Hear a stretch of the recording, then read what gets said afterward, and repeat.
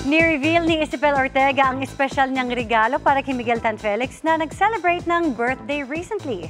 At sa gitna niyan, sinagot din ni Isabel ang tanong kung nagselo siya sa date mission ni Miguel at Nancy McDonie sa Running Man PH Season 2. Makichika kay Aubrey Carampel. Definitely a day to remember, ang 26th birthday ni Miguel Tan Felix.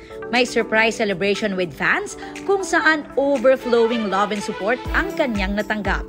Naroon din ang kanyang special someone na si Isabel Ortega.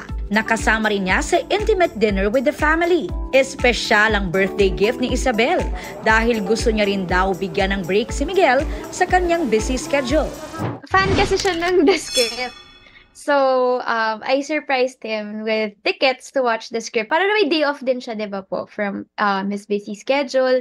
Busy si Miguel sa taping ng upcoming Kapuso series ng mga batang riles. Mula sa pagsabak niya sa katatapos lang na Season 2 ng Running Man Philippines. Proud si Isabel sa magandang performance doon ni Miguel.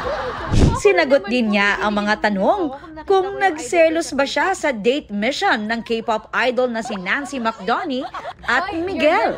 Siguro, sa part na nagsiselos ako, siguro the fact na hindi ko rin nakadate si Nancy. Maging siyang araw ay kinilig ng pinanood ang Running Man Philippines episode. Ako rin naman po, kikiligin naman din po ako kung nakita ko yung idol ko sa K-pop, diba? So, ako of course go lang. I'm also a fan of Nancy. This October, may pinaghahandaan din ang Isagel.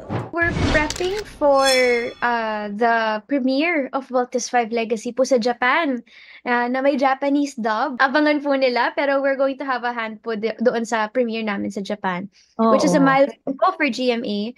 Tapos ka na? Pero bago yan, mapapanood muna si Isabel sa kauna-unahang pagbibidahan niyang Magpakailanman episode sa Sabado. Gagampanan niya ang life story ni Judy Ann Pico na ang ina ay nalulong sa ipinagbabawal na gamot.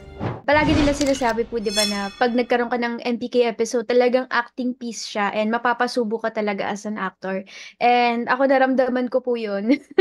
Naramdaman ko yung challenge, yung bigat. Aubrey Carampel, updated sa showbiz happenings.